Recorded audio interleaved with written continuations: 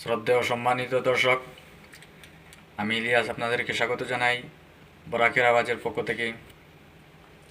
আজকে আমি একটা অত্যন্ত দুঃখের একটা সংবাদ নিয়ে আসলাম আপনাদের সামনে।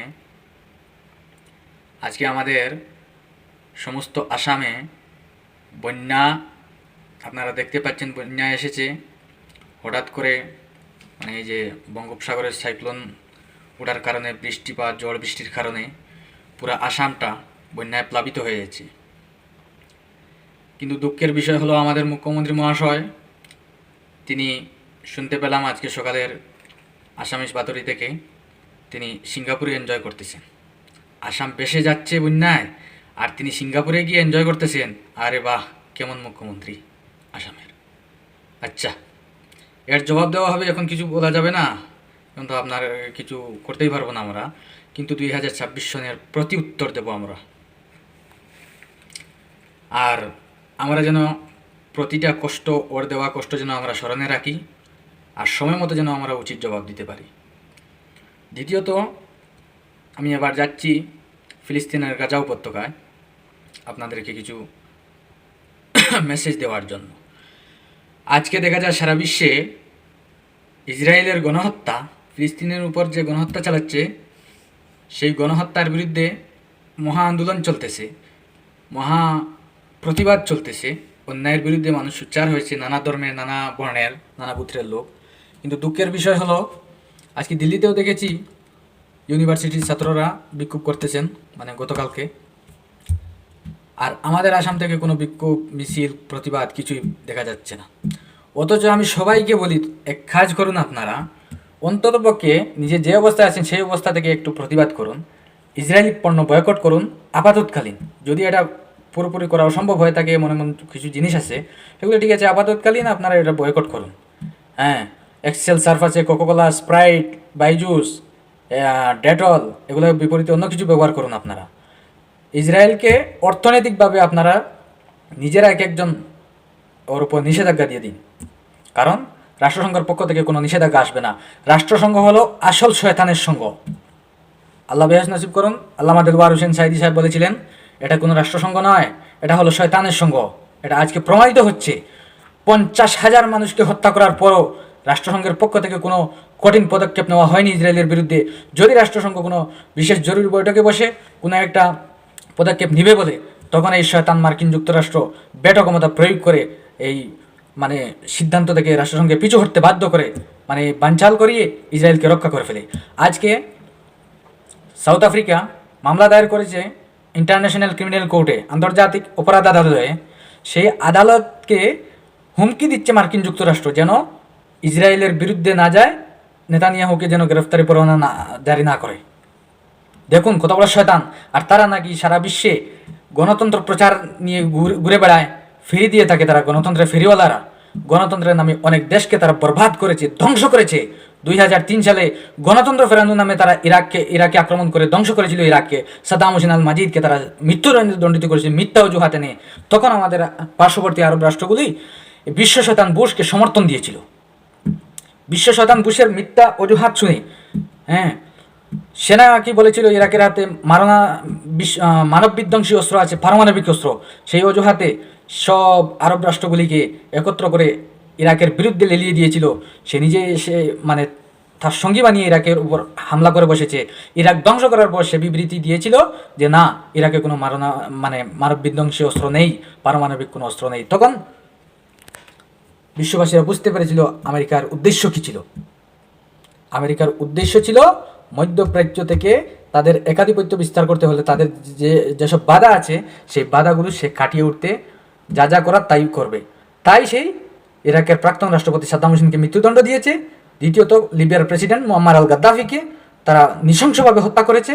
তৃতীয়ত, মিশরের রাষ্ট্রপ্রধান ছিলেন প্রাক্তন রাষ্ট্রপতি মোহাম্মদ আল মুরসিকে অন্যায়ভাবে এই বর্তমান মুনাফিক আব্দুল ফাত্তাহ আল সিসিকে দিয়ে ক্ষমতাচ্যুত করে তাকে মৃত্যুদণ্ড দিয়েছিল। চতুর্থত, এই যে কাসেম সুলেমানি, ইরানের ইসলামিক রেভলিউশনারি গার্ডের প্রধান, মানে chief of Islamic revolutionary guard mister Qasem সুলাইমানিকে হত্যা করেছে। আর এইবার ইরানের দুজন তাবড় তাবড় নেতাকে হত্যা করলো। এরা এখনও যদিও প্রমাণিত হয়নি, কিন্তু এদের হাত আছে ইরানের মরহুম শহীদ রাষ্ট্রপতি ইব্রাহিম রাইসি মহাশয় এবং পররাষ্ট্রমন্ত্রী আমির আবদুল্লাহিয়ান। ওদেরকে হত্যা করেছে তারা মধ্যপ্রাচ্যে পুতুল সরকার বসিয়ে রাখার জন্য, মধ্যপ্রাচ্য তাদের ইশারায় চালানোর জন্য। আরও একটা কথা হলো, সেই সময় রাষ্ট্রসংঘ অনুমোদন দিতে চায়নি, কারণ রাষ্ট্রসংঘ তদন্ত করে দেখেছি ইরাকের হাতে কোনো মারণাস্ত্র নেই। তবুও সে জোরপূর্বকভাবে অনুমোদন নিয়ে ইরাকের উপর হামলা করে বসেছিল।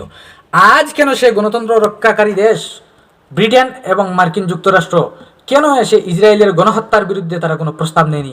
অতএব জাতিসংঘ কোনো পদক্ষেপ নিতে গেলে তাদের বাধা দিয়ে দেয়, ভেটো ক্ষমতা প্রয়োগ করে রাষ্ট্রসংঘের মানে জরুরি বৈঠককে তারা বাতিল করে ফেলে, কোনো শক্তিশালী পদক্ষেপ নিতে পারেনি। যদি রাষ্ট্রসংঘ আমেরিকার ভেটো প্রয়োগের কারণে সঠিক কোনো সিদ্ধান্ত নিতে ব্যর্থ হয়, তাহলে এই রাষ্ট্রসংঘ দিয়ে কী হবে? এটা আমার কথা নয়, তুরস্কের রাষ্ট্রপতি সদর রজব তাইয়িপ এরদোগান এই কথা উল্লেখ করেছেন। যদি রাষ্ট্রসংঘ প্রতিবার ফিলিস্তিনের স্বাধীনতাকে স্বীকৃতি দিতে ব্যর্থ হয়, তাহলে এই রাষ্ট্রসংঘ দিয়ে কী হবে? রাষ্ট্রসংঘ বাতিল করো, বয়কট করো রাষ্ট্রসংঘকে। আর আজকে দেখুন, আমি কিছুক্ষণ পূর্বে দেখলাম এই আয়ারল্যান্ডের একজন, জানি না সে এমপি না প্রধানমন্ত্রী, কান্নাকাটি করে করে এই ফিলিস্তিনের গণহত্যার বিরুদ্ধে কথা বলছেন পার্লামেন্টে, আয়ারল্যান্ডের পার্লামেন্টে। তিনি কান্নাকাটি করছেন আর বলছেন নেতানিয়াহু নিশ্চয় সে জাহান্নামে গিয়ে অবস্থান করবে, সে একজন জাহান্নামী হবে, কারণ যেভাবে নরনারীকে হত্যা করতেছে, সন্ত্রাস দমনের নামে তারা মানে রাফায় গণহত্যা অব্যাহত রেখেছে। রাফা বর্ডারটা যে মিশর এবং গাজার বর্ডার, রাফা ক্রসিংয়ে মানুষ সেফ জোন বানিয়েছিল তারা, ওখানে সব বেসামরিক মানুষকে এনে রেখে তারা অন্যান্য জায়গায় হত্যালীলা ধ্বংসলীলা চালিয়েছিল। আর এখন সেই সেফ জোনে এসে তারা এই তাঁবুতে হামলা করতেছে, শরণার্থী ক্যাম্পে, শরণার্থী তাঁবুতে তারা হামলা করিয়ে নৃশংসভাবে মানুষকে হত্যা করতেছে। না রাফাতে গাজাতে খাবার পৌঁছতে দিচ্ছে, না কোনো ঔষধপত্র ঢুকতে দিচ্ছে, কিচ্ছুই ঢুকতে দিচ্ছে না। তারা মানে বর্ডারটাকে বন্ধ করে রেখেছে। আর মিশরের মুনাফিক, সে তো মানে চোখে কি বলবো, চপ্পল দিয়ে চশমা বানিয়ে পড়ে আছে এবং কানে মানে এই যে এয়ার প্লাগ লাগিয়ে রেখেছে, কিছু শুনতে পাচ্ছে না সে, সেই জালিম আল্লাহর। এই আমি আগে বলেছিলাম, কিন্তু আজকে বলতেছি, ইব্রাহিম রাইসি এবং আমির আবদুল্লাহিয়ান যদি দুর্ঘটনায় ইন্তেকাল না হয়ে মিশরের মুনাফিক, জর্ডানের বিশ্বাসঘাতক, সৌদি আরবের যুবরাজ মোহাম্মদ বিন সালমান বিশ্বাসঘাতক, এই 3 মুনাফিক যদি মরে যেত, অত্যন্ত খুশি হতাম, বুকে ব্যথা থাকতো না। আর আজকে আমাদের ভারতবর্ষের কিছু কিছু এই ইসরায়েল নামক অবৈধ রাষ্ট্রের অবৈধ জানোয়ারদের অনুসারী কিছু আছেন, ওরা নাকি এই গণহত্যাকে সাধুবাদ জানাচ্ছেন, তারা এই গণহত্যার পক্ষে। হ্যাঁ, তারা এই ফিলিস্তিনি মানুষকে হত্যা করতেছে, মারতেছে, তারা এটা প্রতিবাদ করলে তারা উল্টো রিয়াকশনে মানে কমেন্ট করে থাকে। এদের নিশ্চয় জন্মগতভাবে দেখবেন ওরা এই ইহুদিদের অবৈধ জারজ সন্তান নিশ্চয়। আর আরও একটা আমি বিকেলে ভিডিও নিয়ে আসব। আমাদের ভারতবর্ষের নাকের ডগায় এসে আমেরিকা বসতে চাচ্ছে, আমরা কিন্তু ঘুমিয়ে আছি। যদি একবার বসে যায়, মধ্যপ্রাচ্যে যেমন ইসরায়েল কর্কট রোগ হিসেবে পরিচিত, মানে নিজেকে পরিচিত দিচ্ছে, সেইভাবে আমাদের ভারতবর্ষে এসে, ভারতবর্ষের পার্শ্ববর্তী একটি দেশে এসে গাড়ি গাড়ার চেষ্টা চালাচ্ছে। আমি সারাংশ বিকেলে আপনাদের কাছে তুলে ধরবো, কিন্তু দেখবেন যদি এসে বসে যায়, চায়না এবং ভারতবর্ষকে কন্ট্রোল করার জন্য সে এখানে আসছে। কোনো দুর্বল রাষ্ট্র তো তার সাথে চোখ কথা বলার সুযোগই নাই, ক্ষমতাই নাই, কিন্তু ভারতবর্ষ এবং চীনকে কন্ট্রোলিংয়ে রাখার জন্য সে এখানে একটা সামরিক ঘাঁটি খোলার চেষ্টা করছে। পরবর্তী ভিডিওতে এ ব্যাপারে আমি আলোচনা করব ইনশাল্লাহ। আর আপনারা আমাকে কমেন্টের মাধ্যমে জানাবেন এই প্রতিবাদে আপনারা জড়িত আছেন কিনা, না নাই আপনারা চুপ বন্ধ করে বসে আছেন, কিন্তু জ্বর আসতেছে। ওদের দুঃখের দিনে দুর্দিনে যদি আমরা ওদের পাশে না দাঁড়াই, যে কোনো আমার যেটুকু সামর্থ্য আছে সেটুকু সামর্থ্য দিয়ে প্রতিবাদ করতে হবে।